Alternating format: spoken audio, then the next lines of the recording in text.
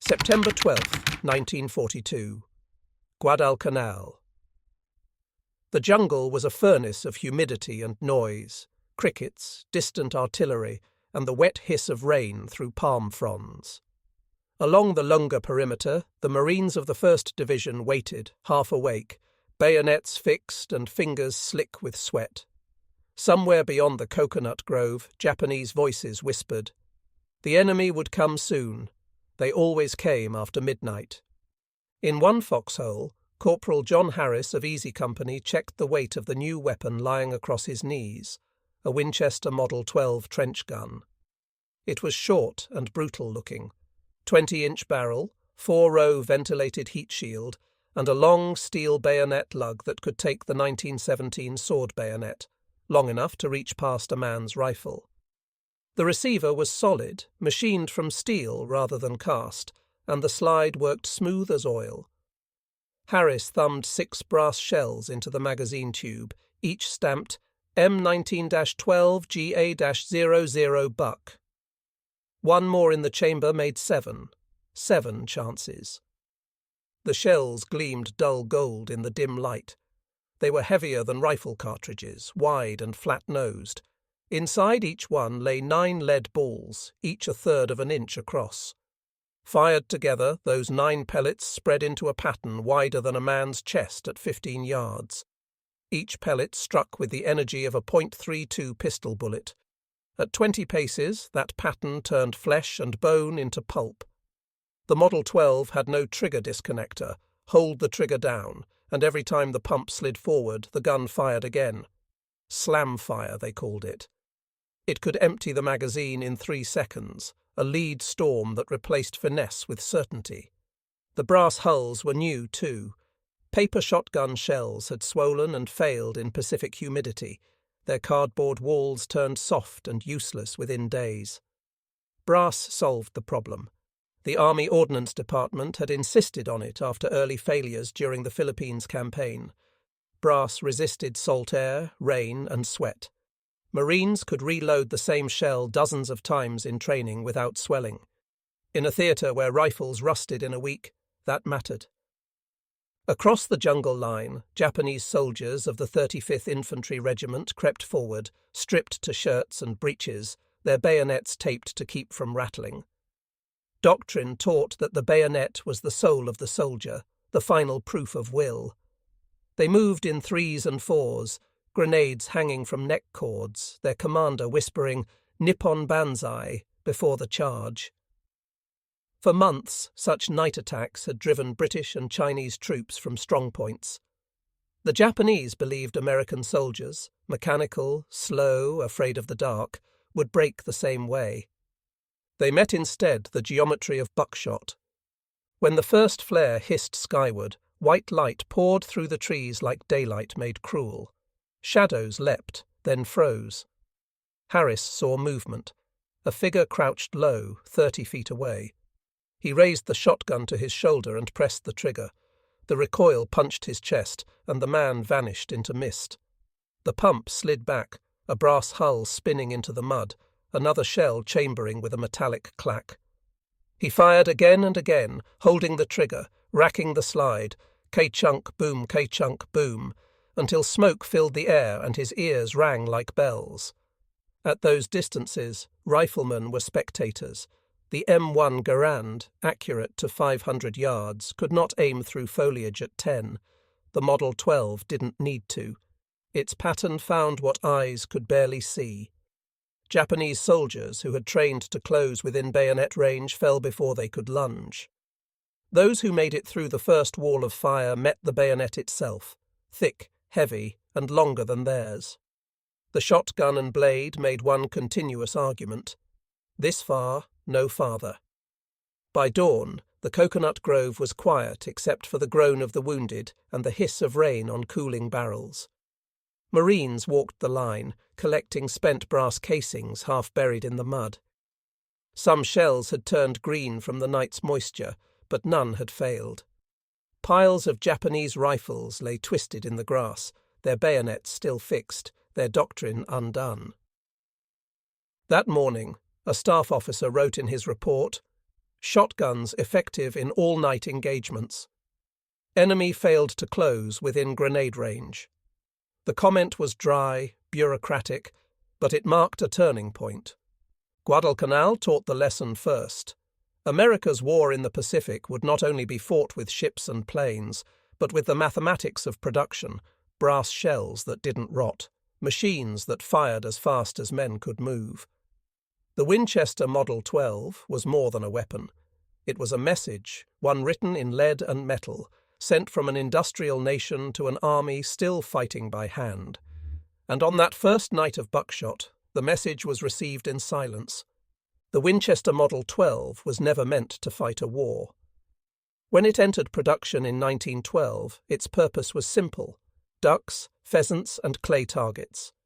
It was a gentleman's field gun, smooth, balanced, blued to a mirror finish. But by 1942, that elegant design had become the backbone of the US military's most fearsome close-quarters weapon. The shotgun that had once guarded farms now guarded perimeters from the Solomon Islands to Saipan. At the Ordnance Department in Washington, procurement files read like blueprints for industrial improvisation. Shotgun, 12-gauge, trench, Winchester Model 12, the contracts said. A 20-inch barrel cut down from the sporting length, a 4-row heat shield to protect the user's hand from overheating during sustained fire. A bayonet lug machined to accept the long M1917 bayonet, its 17-inch blade a relic of another war. Weight, 8.25 pounds loaded. Capacity, 6 rounds in the tube, 1 in the chamber. Finish, parkerized dull grey, not blued. By 1945, the US Army and Marine Corps would purchase more than 80,000 of them. That number told its own story. Each Model 12 was machined, not stamped, 47 separate operations to cut, drill, and polish the receiver. The gun's fit and finish defied mass production logic, but wartime necessity turned craftsmen into assembly line workers. Winchester's factory at New Haven ran 24 hours a day, machines shrieking under the strain of turning sportsman's steel into combat steel. Civilian orders vanished. The hunting market would wait. The Army had learned the value of the shotgun once before, in 1918, when the M197 trench broom swept German dugouts. But in the humid hell of the Pacific, the weapon was reborn. American soldiers discovered that in dense jungle where line of sight rarely exceeded 30 yards, a rifle's reach meant nothing. What mattered was probability, the number of projectiles that could occupy a space in front of a man before he could move. 9 pellets per shell, 1,100 feet per second, each capable of breaking bone and penetrating bamboo. Multiply that by 7 shells in the tube, and one man could unleash 63 projectiles in less than 5 seconds. The Model 12's most controversial feature, its slam-fire capability, was a holdover from the old days of pump-action design. Hold the trigger, pump the slide, and the gun fired as soon as the bolt locked. No mechanical delay, no hesitation, just a repeating thunder that blurred the line between marksmanship and machinery. In training, ordnance officers were instructed to caution troops.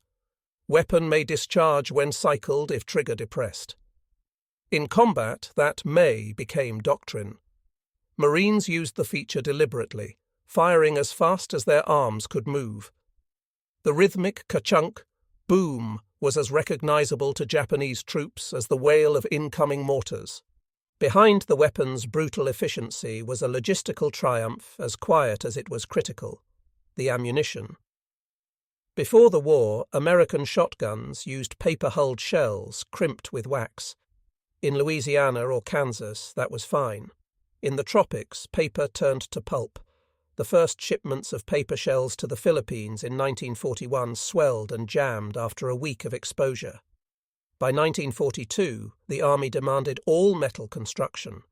The result was the M19 brass shell, 12-gauge, 2 3/4 inches long, loaded with 9 pellets of double-aught buckshot. The switch to brass was more than an engineering fix. It was an industrial declaration.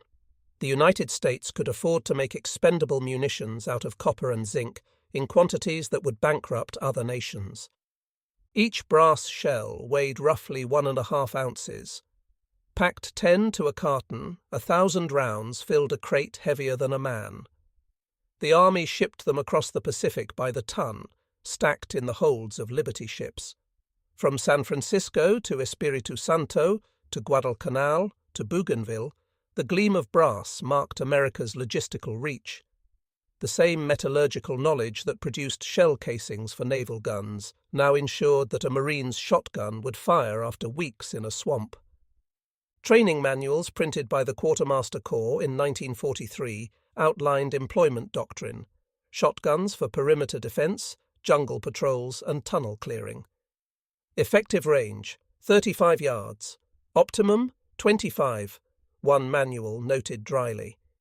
What it did not say was that at 10 yards, a 00 buckshell turned concealment into myth. In close-quarter tests, a pattern fired through the M12 cylinder bore spread roughly 1 inch per yard. At 15 yards, that meant a 15-inch circle, wide enough to strike a charging man even if aim was imperfect. The shotgun was not a sniper's tool, it was a guarantor of survival. There were skeptics. Riflemen distrusted a weapon with a range measured in paces, not hundreds of yards. But on Guadalcanal, Cape Gloucester, and later Peleliu, the doubters fell silent. The M12's noise, its roar, its mechanical growl, its sudden finality, earned respect. After-action reports began to list it as preferred weapon for night infiltration defense. Factories back home answered that demand without hesitation. Winchester subcontracted production of barrels and receivers to Remington and Ithaca when orders exceeded capacity. Machine tools cut steel for trench guns side by side with M1 carbines and Garand parts. It was all one war, one industrial effort. By the end of 1943, tens of thousands of Model 12s had crossed the Pacific, each packed in Cosmoline, each accompanied by a waxed packet of M19 shells. Every pump stroke and brass hull reflected the same truth. America's strength was not just in invention, but in replication. The Winchester M12 was no longer a hunter's heirloom. It was a machine, a mathematical extension of industry into the jungle, proof that the nation could mass-produce lethality one hand pump at a time. And somewhere on a ridge in the Solomons, when the night came alive again, the first sound was always the same. The metallic ka-chunk of a slide being racked, a sound that said the perimeter was awake, and the line would hold. December 1943, Cape Gloucester. The map called it a promontory of minor importance. The Marines called it a place that grew mud the colour of old bruises and mangrove roots that clutched at boots like hands. Rain here was not a weather event, but a condition of being, constant, bone-deep, turning canvas and paper into useless pulp and iron into a slow green tooth.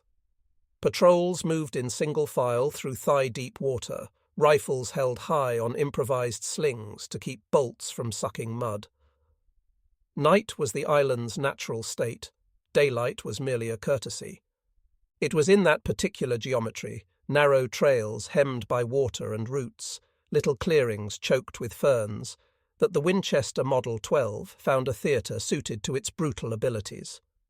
The M12's 20-inch barrel and heat shield let a man move through a tangle where a rifle's stock snagged on vine and branch. The pump could be worked with a single hand, while the other held a flashlight, a machete, or a wounded buddy. At ranges where the M1 Garand required sighting that jungle made impossible, 9.33-inch pellets per shell turned an entire corridor into a probability field. Fire a single round and you occupied the space in front of you with lethal intent. Japanese infiltration in New Britain retained its essential tactics: stealth, night, a belief that surprise and close quarters made up for material inferiority. Small units crept to the edge of American perimeters, then crept closer, throwing grenades into tents and slitting throats where they found them. The usual counter, trip flares, listening posts, sentries with fixed bayonets, worked only if the defender could see the attacker before the attacker could touch him. In the mangroves, visibility rarely exceeded 20 yards. The Japanese doctrine that prized the charge into bayonet range found itself meeting an industrial geometry instead of a human one. Accounts from battalion after-action reports described the same scene. A faint rustle, a whispered command, a flash of white as a flare detonated, and then the sound of pump action like a small machine joining the rain. Marines learned to set fields of fire that were not single lines but cones. Two men with trench guns at opposite ends of a trail did not attempt to aim at a single chest. They saturated the avenue with shot, confident that one of 9 pellets per shell would strike shoulder, hip, throat. At 15 yards, the pattern was a smear. At 10 yards, it was devastation. The result was tactical clarity. Infiltration stopped, attackers incapacitated, perimeter held. Medical officers recorded outcomes that were stark and immediate. Wounds in the chest and abdomen from buckshot were messy, often fatal without immediate surgery, but they rarely elicited the prolonged chase and casualty evacuation the jungle made difficult. A man felled at 10 yards bled where he fell. He did not crawl away into a root tangle to die slowly. Surgeons' notes distinguish shotgun trauma from rifle trauma not only by the number of fragments, but by its immediacy. Massive local destruction, obliterated tissue, fewer instances of delayed shock. In operational terms, the shotgun shortened violent encounters. What might have become a prolonged, chaotic night raid became instead a string of short, decisive encounters, whose outcomes could be measured by the count of brass on the ground. Logistics, always the silent backstory, was the thing that turned the shotgun from a novelty into doctrine. The switch to brass hull M19 shells that had been mandated after early tropical failures proved the hinge upon which operations turned. Paper shells in the hold of a supply ship swelled. Troops opened cartons to find deformed wads and stuck primers. Brass casings did not melt in salt air. They rained out of boxes and rattled across decking, indifferent to humidity. Quartermaster reports from the Cape Gloucester lodgement note that weekly shipments of M19 crates arrived by Leyte from the anchored transports offshore. Each crate clambered up muddy ramps by teams of men. A crate of 1,000 rounds weighed like a man and smelled of oil and copper. The supply chain that funneled Liberty ship tonnage into a foxhole was the same industrial argument made visible in brass. Tactically, the shotgun's slam-fire feature became a deliberate mode of action. Orders circulated: hold the trigger for close approach, use 2 quick pumps for a running man, 3 for a rush, conserve for prolonged defence. Men trained to listen for the K-chunk of the pump and follow its rhythm. The sound itself became an alarm to friends and a death knell to the enemy. Japanese fighters who had expected the intimate hiss of a bayonet instead encountered the mechanical punctuation of industry. Metal worked into a human hand. There were costs. Close-in fighting meant close-in blood. Civilians and prisoners were at risk in misidentified flashes. The shotgun's brutality hardened attitudes on both sides. But by any tactical measure, in Cape Gloucester's mangrove night, the Model 12 delivered an effect that doctrine could not, an immediate industrial certainty at human range. Men who had once trusted bayonet and grenade now measured survival in the number of pellets in a shell and the durability of a brass casing. When the campaign ended, the marshes were littered with brass and broken branches. The Japanese tried different methods: night barrage, heavier mortaring of perimeters, more extensive wire and traps. But the math of short-range lethality had been written. In the mangroves, production met tactics and taught a lesson. When an industrial nation chooses to turn a hunting gun into a weapon and backs it with supplies that do not fail in the rain, doctrine must bow or be refashioned in blood. Cape Gloucester learned to bow. February 1944. Bougainville, Empress Augusta Bay. The jungle was older here, towering banyans, roots the size of a man's thigh, air so thick with moisture it clung to steel and skin alike. When the rains came, they came sideways, driving into foxholes and flooding radios. The Marines of the 3rd Division had been ashore for 3 months, and they had learned a new language of survival. The hiss of rain, the cough of a jammed garand, and the unmistakable metallic K-chunk of a Winchester Model 12 being racked in the dark. For the Japanese 23rd Infantry Regiment under General Harukichi Hyakutake, Bougainville was supposed to be redemption, a chance to throw the Americans back into the sea through the old methods of shock and courage. They believed the bayonet charge still held spiritual power. Orders from Rabaul spoke of restoring the spirit of Bushido, and units drilled nightly with shouts of Tenno Heika Banzai echoing through the trees. The Americans knew they were coming. Patrols along the Piva Trail found footprints, stripped palm fronds marking infiltration lanes, and the telltale smell of unwashed uniforms and rice-cooking fires. Captain Howard G. Mather of Company F ordered his men to dig in around the base of Hill 700, wiring the approaches and positioning his 2 trench gun squads forward of the rifle line. The Marines called them the Thumpers. Each carried a Model 12, heat shield scarred, bayonet fixed. The bayonet, M1917, 17 inches of blue steel, made the gun longer than a man's arm, nearly a pike. It seemed absurd in the jungle until night fell. At 0200 hours on March 10th, the Japanese struck. Whistles and shouts cut through the rain. Hundreds of infantrymen burst from the darkness, grenades flashing like fireflies. The Americans held fire until the first wave crossed 30 yards, then every weapon spoke at once. The machine guns cut long horizontal arcs, tracers glowing red-orange through the mist. But it was the trench guns that broke the assault. The M12s roared in overlapping cones, each blast tearing open the front of the charge. The 00 buck spread at 10 yards was the size of a man's torso. At 15, it was the width of 3 men. One pull of the trigger produced 9 wound tracks through the air. The Marines didn't aim. They swept. Those who held the triggers down turned the pump into a metronome of destruction. Boom, clack, the barrels glowing faint red beneath their heat shields. Japanese soldiers tried to close the distance, screaming, "Banzai!" through the smoke, but at that range every step forward meant a wound. Those who made it into the wire found the guns transformed into spears. The bayonets met them with brutal precision. The pump action worked even with the blade fixed. One Marine later recalled firing a round, impaling a soldier, and then cycling the action as he pulled the body off the barrel. It was a grotesque rhythm of steel and shot, a modern echo of medieval combat conducted under the glare of signal flares. In the morning light, the battlefield resembled a slaughter pen.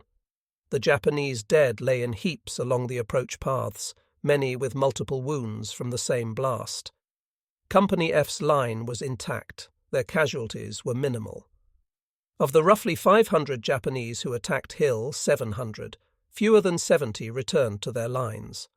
One Marine sergeant described it simply, "They charged into a wall made of lead and brass." After-action reports from the 3rd Division summarized it with clinical understatement. Shotguns extremely effective in repelling infiltration and massed assaults. Recommend issue at squad level for night perimeter defense. The Model 12 had moved from specialist weapon to doctrine. For the Japanese command, Bougainville's outcome triggered the first real doctrinal crisis. Reports reaching Rabaul described the enemy's short gun, firing multiple projectiles and cutting down entire ranks.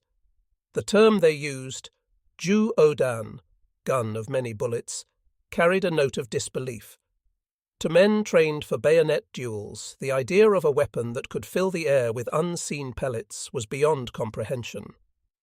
By April, Japanese infantry officers began ordering attacks to be launched under heavier mortar preparation, hoping to suppress the unseen scatterguns. It rarely worked. The Marines had learned to time their counterfire precisely.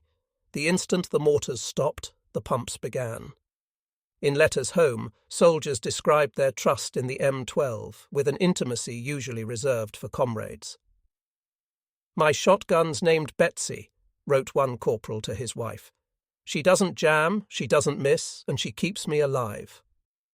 The industrial story remained behind the scenes, but its pulse beat through every cartridge. Brass shells, stamped M19-12 GA-00 Buck, were arriving faster than the Marines could fire them. In April alone, quartermasters on Bougainville issued 125,000 rounds of 12-gauge ammunition, enough to sustain every trench gun on the island for 2 months of combat. When the fighting ended, the jungle reclaimed its dead. Vines crawled over rusting helmets and blackened shells, but the lesson remained. The bayonet charge, the sacred test of courage that had shaped Japanese military culture for half a century, had met its industrial executioner. On Bougainville's ridges, the Winchester Model 12 proved that courage could no longer overcome chemistry and metallurgy.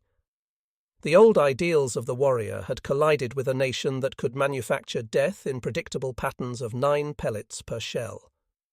The jungle, indifferent and wet, held the proof, a line of brass gleaming faintly in the mud, marking where an empire's doctrine had come to an end. September 15th, 1944.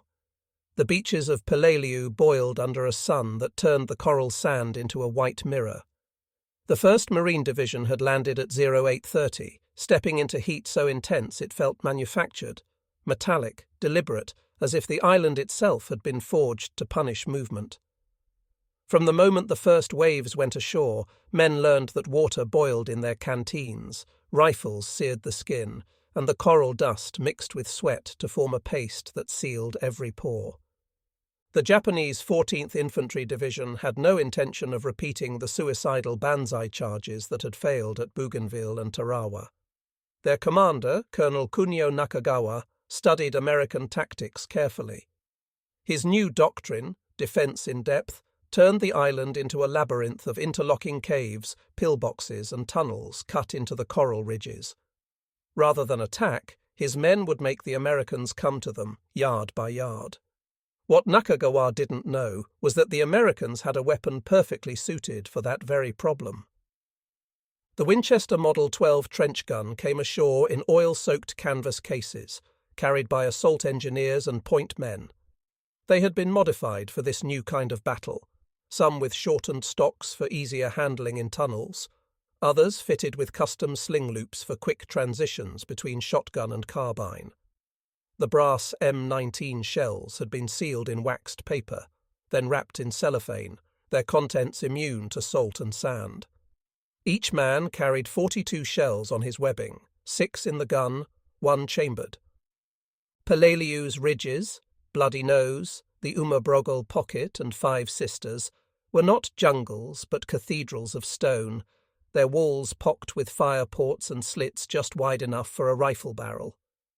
Riflemen firing at those apertures might spend entire magazines for no effect.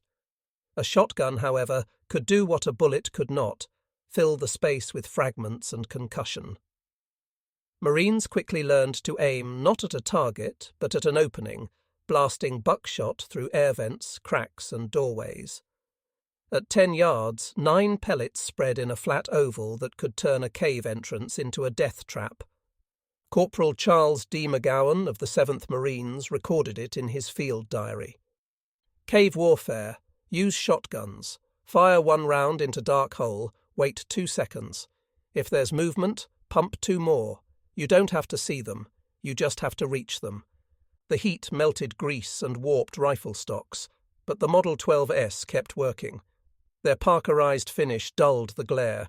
Their machined tolerances stayed tight even when coral dust turned the air white. Men wrapped the guns in wet rags when not firing, cooling them against the rocks like living things. The Japanese fought with a grim intelligence, using grenades on tripwires and machine guns in enfilade. But once Americans closed within 20 yards, the balance reversed. Rifle fire, which demanded sight lines, faltered in the maze. The shotgun, blind and instinctive, thrived. A Marine could swing the short barrel around a corner, press the trigger, and let the pattern find the unseen. The sound of it, deep, percussive, unhurried, rolled across the ridges like thunder. A captured Japanese soldier later testified during interrogation that his platoon feared the short gun more than tanks. The M12's blast inside a cave was a weapon of shock as much as death. At close range, the concussion alone could stun or collapse lungs. Marines sometimes entered caves after a single blast to find men slumped against the walls, unmarked but dead from overpressure. Engineers combined the shotgun with other instruments of the new industrial siege. Flamethrowers cleared chambers, demolition teams followed with satchel charges. The Model 12 bridged the moment between the two, the instant between discovery and annihilation. In those seconds, survival depended on reflex, not doctrine. By the second week, the pattern of fighting had become mechanical. At dawn, a platoon would advance to the next ridge, guided by the smell of decay and cordite. The lead man, always a shotgunner, crouched low, listening for the metallic scrape of a machine gun bolt. The second carried a flamethrower, the third a carbine, the fourth explosives. The shotgunner fired first, 1, 2, 3 blasts into the aperture, then stepped aside as the flamethrower hissed. Colonel Nakagawa's defenders fought until the very end, but the tactics that once thrived in the dark now failed against weapons that didn't need to see. The shotgun reduced courage to geometry again. Distance times spread times velocity. At 5 yards, a man's resolve didn't matter. By October 15th, Peleliu was declared secure, though fighting continued for weeks in isolated pockets. The Marines had taken 6,500 casualties, the Japanese nearly 11,000 dead. In after-action summaries, the trench gun received a single line. Shotgun remains ideal for close cave work and perimeter defense. Recommend continued production. Behind that sentence lay a transformation. The Model 12 was no longer just a weapon of reaction. It had become an instrument of engineering, as much a part of the Marine assault kit as the flamethrower or demolition charge. In the coral tunnels of Peleliu, the shotgun fulfilled its industrial destiny. It was not courage that won the ground, nor doctrine, nor even firepower in the abstract. It was the simple fact that a nation could produce millions of brass shells, corrosion-proof and precise, and ship them halfway across the world to a ridge of burning rock. Every spent casing glittered in the coral dust, a miniature reflection of the empire that had sent it. Each one whispered the same truth. Japan could dig holes, but America could fill them. October 20th, 1944. Leyte Gulf was an orchestra of industrial power, the low bass of ship engines, the percussion of naval guns, the high metallic chorus of landing craft grinding toward shore. The first American troops to step onto Red Beach carried rifles, flamethrowers, and demolition charges. But among them, in the arms of scout and assault squads, were weapons whose lineage traced back to American cornfields and police armories, the Winchester Model 12 trench guns. The Philippine campaign was not another jungle siege. It was a return, a promised reckoning. MacArthur's Landing, filmed and staged for the newsreels, was only a prelude to the kind of warfare that would define the next 5 months, close, chaotic, and personal. The Japanese had fortified every village, turned every coconut grove into a redoubt, every nipa hut into a bunker. They had learned from Bougainville and Peleliu. The bayonet charge was gone. In its place were night ambushes, sniper traps, and tunnels linking homes and churches into spiderweb defences. The American infantry came armed for that darkness. Each platoon carried at least 2 trench guns, usually assigned to scouts and engineers. Their brass M19 shells, each loaded with 9 pellets of double-aught buck, had been shipped across the Pacific in waterproof tins. In the wet, steaming valleys of Leyte, they functioned with the same mechanical certainty they had in New Britain's mangroves 2 years earlier. At Burauen, the 96th Infantry Division encountered one of the first organised Japanese counterattacks. The enemy emerged from coconut groves at dawn, screaming, grenades and rifles flashing in the mist. But the Americans had dug in around the paddies, their trench gun teams positioned along the flanks. The first volleys came at 20 yards. Shotguns fired in rhythm, boom, pump, boom, a mechanical heartbeat echoing off the hills. Each Marine or soldier could clear an entire section of the perimeter with a single sweep. Japanese squads advancing in tight groups were shredded before reaching the wire. The few who broke through were met with bayonets and buttstocks. When the firing stopped, the ground was littered with green uniforms and shredded helmets. Lieutenant Paul Red Hooper of the 383rd Regiment described the aftermath in his field notes. At 10 yards, the buckshot didn't just kill, it unmade men. I counted 4 hit by one round. It's not a weapon, it's judgment in brass. The Japanese survivors who fled into the jungle carried back stories of a new devil gun, a weapon that killed whole squads with one sound. Captured diaries speak of fear, not of artillery, not of tanks, but of the weapon that made no distinction between day or night. As the campaign pushed inland, the shotgun's role evolved again. The rice paddies gave way to dense stands of bamboo and ravines carved by monsoon water. Patrols moved through tunnels and villages where every hut might conceal a machine gun. Rifle fire ricocheted through walls of woven grass. The Model 12 ignored walls entirely. At 10 paces, buckshot tore through palm planks, bamboo, and human bone with equal ease. The Americans began referring to it as the door gun, because it decided who owned a doorway. Combat cameramen attached to the 7th Infantry Division captured a sequence that would circulate in post-war training films. A patrol approached a Nipa hut suspected of harbouring snipers. The point man, a corporal with a Model 12, advanced to the door, braced the gun against his hip, and fired once. The entire front wall of the hut collapsed inward. 3 Japanese soldiers tumbled out, 2 already dead, the third staggering into a second blast that cut him down mid-step.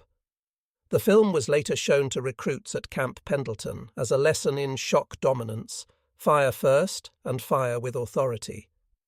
The tactical reports from Leyte made the case quantitatively.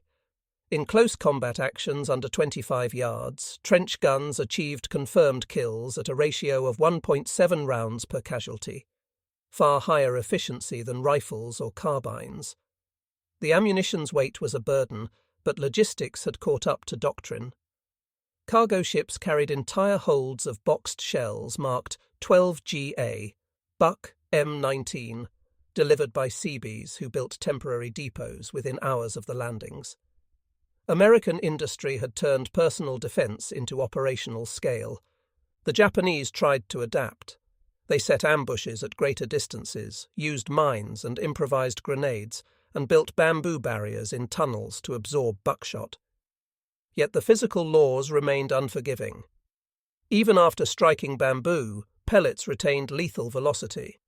The reports from U.S. Army medical examiners after the campaign noted multiple fatalities from single ricocheting projectiles. The jungle, filled with living surfaces, magnified the gun's lethality rather than diminishing it.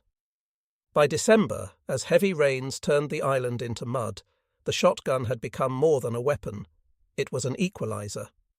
Men armed with it could fight in terrain that nullified everything else. When radios failed, when rifles jammed, when grenades were too dangerous in close quarters, the Model 12 still worked. Slamfire could clear an entire trench in seconds. One Marine described it as a breathing thing, part thunder, part machine. Psychologically, it did something more profound. Japanese troops, trained to close distance, to meet their enemy with steel, found themselves stopped before contact. They could not see who killed them, only the flash and sound of a weapon that turned proximity into death. American units began noticing abandoned bayonets in captured positions, relics of a code rendered obsolete. In early 1945, after the battle, U.S. ordnance officers compiled data from Leyte's engagements. Their conclusion read like an epitaph for an era. The Winchester M12 trench gun remains the most effective short-range infantry weapon in the Pacific theatre. In its range domain, 0 to 30 yards, It exceeds all other small arms in stopping power, rate of fire, and reliability under extreme environmental conditions. In Manila later that year, Japanese officers interrogated by Allied translators confirmed what the reports had implied. One colonel, who had commanded a regiment on Leyte, said quietly, "We believed courage conquered all, but courage cannot survive in a cone of fire." The war in the Pacific was, at its core, an industrial argument carried to its human conclusion. The Model 12, born of machining precision and brass chemistry, proved that technology could compress the distance between will and consequence to less than a heartbeat. When the Americans buried their dead on Leyte, they stacked empty shell boxes beside the graves. The brass casings, dulled by mud, caught the last light of the day, tokens of a weapon that had changed the equation of war. From the ridges of Guadalcanal to the coral tombs of Peleliu, the Winchester Model 12 had followed the Marines and soldiers as both companion and executioner. At Leyte, it delivered the verdict.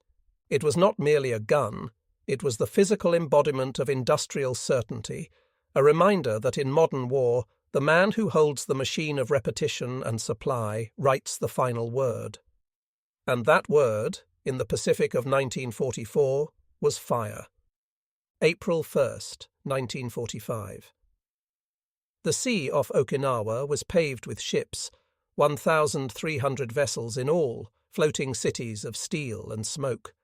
From their decks came the rumble of an empire in motion, the 10th Army, 183,000 strong, preparing to invade the last barrier before Japan itself. The soldiers and Marines who stepped into their landing craft that morning carried an arsenal built from 3 years of learning. M1 rifles, BARs, flamethrowers, bazookas, and, slung on web belts, as familiar as canteens, the Winchester Model 12 trench guns. By now, the weapon had become a fixture of the American war in the Pacific. It was no longer experimental or exotic. The shotgun had matured into doctrine, its effectiveness proven from the jungles of New Guinea to the coral ridges of Peleliu. Yet on Okinawa, it would face its most complex battlefield, a landscape of caves, hills, villages, and rain, defended by 120,000 Japanese soldiers and Okinawan conscripts commanded by General Mitsuru Ushijima, who had turned the island into a fortress of earth and stone. The invasion began under an eerie calm. The first days saw little opposition as American troops moved inland from Hagushi Bay. But that silence was deliberate, a trap. On April 8th, the Japanese 32nd Army unleashed its counterattack. Thousands of infantrymen surged from the ridgelines, supported by mortars and machine guns buried in the Shuri defences. For the next 82 days, Okinawa became a study in attrition, the slow, grinding death of an army, and the final proving ground of the M12. In the labyrinth beneath Shuri Castle, Marines encountered resistance that resembled a medieval siege. Caves linked by narrow tunnels allowed Japanese defenders to appear and vanish like ghosts. The M1 rifle, with its 8-round clip and high velocity, was often useless in such confined spaces. But the Model 12, short-barreled and slam-firing, turned darkness into advantage. At Kakazu Ridge, Sergeant James Hill of the 6th Marine Division led a squad through a breached tunnel. The enemy was close, too close for grenades. Hill knelt, pressed his shoulder into the wall, and fired 2 shells in quick succession down the corridor. The pellets shredded the silhouettes at the far end before they could throw their own explosives. Hill's men advanced behind the sound of the pump, each Kachanka command to move forward. Afterward, the tunnel walls dripped with lead fragments embedded in the limestone. Hill later said, "It was like fighting in a drum. Every shot echoed back through you." Elsewhere, on the southern slopes of Sugarloaf Hill, the weapon took on a different role. During night infiltration attempts, Japanese squads tried to penetrate marine perimeters by crawling between foxholes. The defense relied on sound, listening for rustling or whispered Japanese voices. When movement was detected, a flare went up and the trench guns fired, sweeping the ground in arcs of overlapping buckshot. In the reports that followed, officers described the effect as curtain fire, a phrase borrowed from artillery but now applied to small arms. One platoon sergeant wrote simply, "We don't shoot at men anymore. We shoot at directions." The conditions tested both man and metal. Okinawa's rain fell in sheets, filling foxholes to the waist, soaking ammunition. Rifles rusted and carbines misfired, but the brass-hulled M19 shells and Parkerized M12s kept working. When the pumps clogged with mud, Marines rinsed them with seawater and kept firing. A soldier from the 7th Infantry Division described it as a gun you could drop in hell and still get 6 shots out of. The Japanese countered with desperation. Their new Type 99 rifles fired armour-piercing rounds that could penetrate sandbag walls. Their snipers aimed for the shotgunners, knowing the weapon marked leadership in close combat. Yet every attempt to overrun the American lines met the same response, a wall of short-range fire that shredded formations before they could close. Civilian testimony gathered after the war paints a grim picture. Okinawan farmers hiding in limestone caves recalled the distinct sound of the weapon, the deep rolling thunder of 12-gauge fire echoing across valleys. One survivor told Allied translators, "We could not tell if it was one gun or many." It sounded like the earth itself was cracking open. By May, the Japanese defense had collapsed into fragments. Suicide attacks replaced strategy. Small bands of soldiers fought from tombs and caves, emerging at night to die in hand-to-hand combat. In those final days, the Model 12 reigned supreme. Marines used it like a key, unlocking each cave one blast at a time. The process was mechanical. Throw a grenade, wait for the blast, then step forward with the shotgun. If movement persisted, fire until it stopped. The brass casings rolled down the slopes like coins. Even as the campaign neared its end, the weapon's industrial story continued. In factories across the United States, production still surged. Winchester's New Haven plant worked triple shifts, turning out one Model 12 every 4 minutes. The shells, millions of them, came from Remington and Western Cartridge plants, each round stamped with the symbol of a nation that measured victory not in courage but in output. After the war, ordnance officers compiled detailed reports comparing every small arm used in the Pacific. Their conclusion was unambiguous. In confined terrain, the 12-gauge trench gun remains unequalled in lethality. It provides an unmatched ratio of destructive effect to training required. The Japanese had their own report, compiled secretly before surrender. Recovered by Allied forces, it contained a single paragraph underlined in red ink. The short gun of the enemy, its multiple projectiles and unceasing fire, has made the bayonet charge obsolete. That line was the obituary of a tradition. The bayonet, the blade that had defined the Imperial Army's spirit since the Meiji era, was now an anachronism. On Okinawa, its final charge had ended in smoke and brass. When the battle ended in June 1945, 12,500 Americans were dead or missing. Over 100,000 Japanese soldiers and nearly as many civilians lay dead. Among the wreckage, ordnance teams collected weapons for analysis. The shotguns, their barrels darkened and scarred, were tagged for return to depots. Some were rebuilt and sent to Korea 5 years later. Others were stored, their wooden stocks still smelling faintly of salt and cordite. In the stillness after the last gunfire faded, a journalist from Stars and Stripes walked the ridges and found a pile of spent shells glinting in the rain. He picked one up, turning it in his hand. Stamped into the brass were the words 12GA M19 USA. He later wrote, "I realized I was holding a symbol of the war itself, mass, repetition, precision. The Japanese came with swords sharpened by faith. We came with machines fed by factories. The result was lying all around me.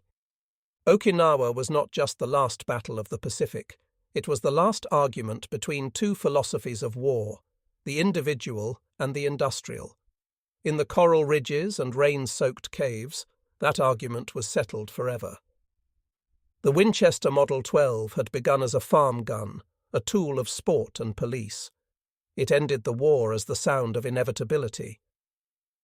On Okinawa, its roar became something larger than combat, a voice that spoke the language of modernity itself, repetition, mass, precision, and the quiet certainty that production had conquered courage. And when the last shot echoed off the ridges, the bayonet, once the soul of the warrior, had no answer left to give. August 1945. The war that had consumed continents was dying in heat and silence.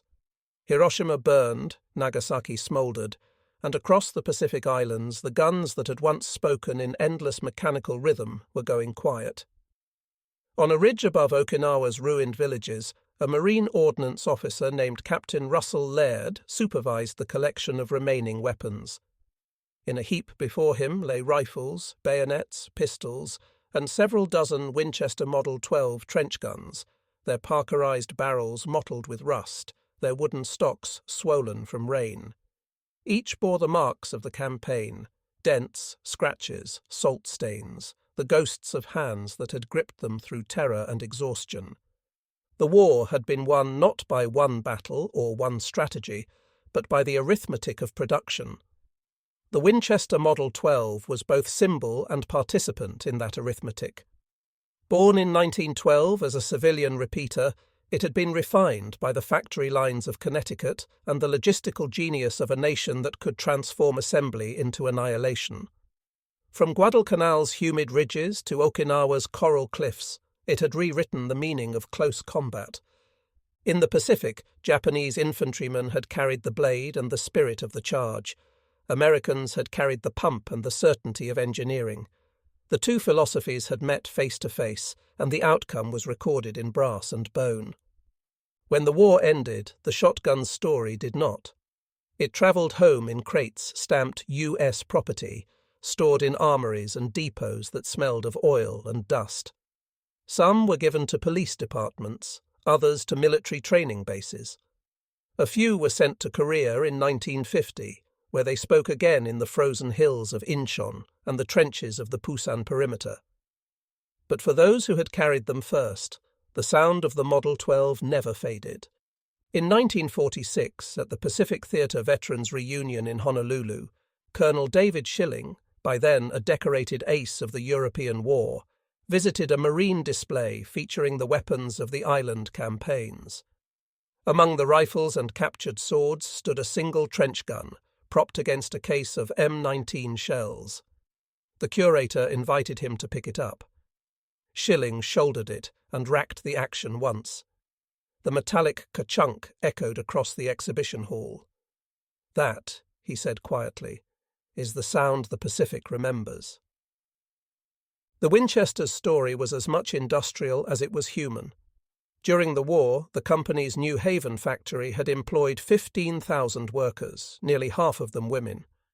They worked 12-hour shifts beneath banners that read, "Each gun means one more man home safe." The workers didn't know the names of the men who fired their guns, but they knew the precision of the parts, the half-thousandth tolerances, the nickel-steel receivers polished by hand. Every trench gun that left the line carried the mark of that discipline, a small stamped W on the receiver, the quiet signature of a nation that had learned to measure victory in decimals. In post-war interrogations, Japanese officers reflected on the weapon with an odd mixture of awe and bitterness. Colonel Hiroshi Nakamura, a regimental commander captured on Mindanao, described the shotgun as the weapon that denied us proximity. He meant that it destroyed the last sanctuary of Japanese tactics, the closeness of combat where morale could equalize technology. "Our men were brave," Nakamura told Allied interrogators, "but the enemy's fire at 10 paces was like a solid wall. No man can be brave against a wall." Historians later noted that the Model 12 did not win the war alone. It was never the decisive instrument in grand strategy, but in every engagement where human courage met industrial precision, it served as the hinge between eras. It marked the death of the personal duel and the rise of mechanized certainty. The weapon itself was an engineering paradox, simple in concept, complex in manufacture. Its machined steel parts, honed from bar stock rather than stamped sheet, made it costly and precise. The slam fire feature, inherited from the trench models of the First World War, gave it a rhythm unlike any other firearm. It could empty its 7 shells in less than 3 seconds, each blast a calculated segment of space and time. It was this capacity, the conversion of mechanical action into moral consequence, that made it both feared and revered. In 1953, the Smithsonian Institution accepted a combat-used Model 12 for display.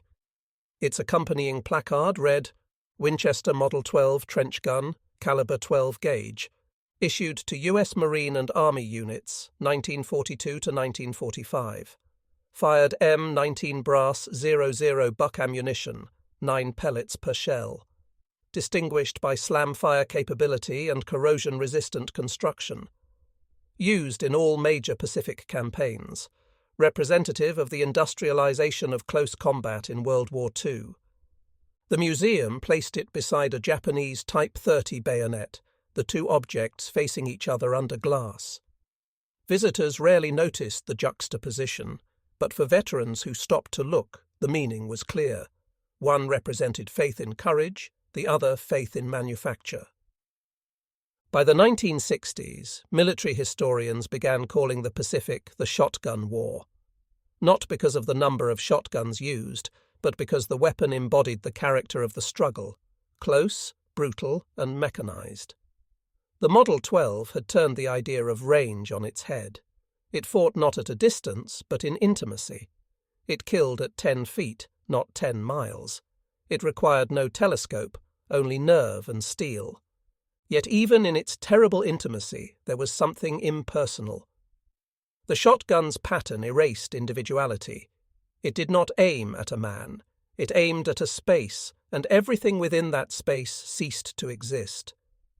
In that geometry lay the essence of modern war, depersonalized destruction through precision.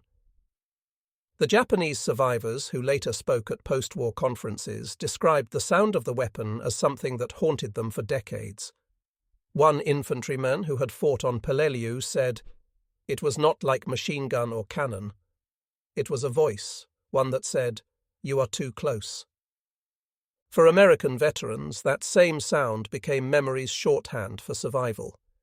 They recalled the wet slap of empty shells hitting mud, the smell of burnt powder mixed with sweat and rain, the way their hands worked the pump automatically long after the fight was over. Some brought their trench guns home, storing them in barns or closets. They became hunting companions, silent and utilitarian, their wartime scars hidden beneath new bluing. But for those who had used them in the islands, every clack of the pump echoed with ghosts. When the war's official histories were published in the 1950s, the Model 12 merited only passing mention, a line in an appendix, a photograph caption. But in the oral histories, in the letters, in the field notebooks filled with mud-stained handwriting, it appears again and again. Shotgun, trench gun, shortgun, lifesaver. Captain Laird, who had supervised weapon collection on Okinawa, wrote in his 1947 report, "The Winchester 12 represents the character of the American war effort, reliable, practical, overwhelming. It is not beautiful, but it works. It does not symbolize glory, only certainty. In this it is the true weapon of democracy." By 1945 the thunder had spoken, and the laughter had died. The bayonet, that symbol of valor, had found its grave in the coral and the mud. The shotgun, ugly, industrial, impersonal, had taken its place as the final word in close combat. And when the veterans of both sides gathered decades later, they could agree on one thing. As General Adolf Galland had once said of the P-47, so too could it be said of the Model 12. At first we laughed. Later, when we heard it, we stopped laughing. The Winchester Model 12 had no poetry in it, no romance, only function, repetition, inevitability. But in its cold precision, it told the story of a world that had entered the modern age. The thunder had faded, but its echo, metallic, mechanical, absolute, still lingered in the memory of the men who had lived long enough to hear it.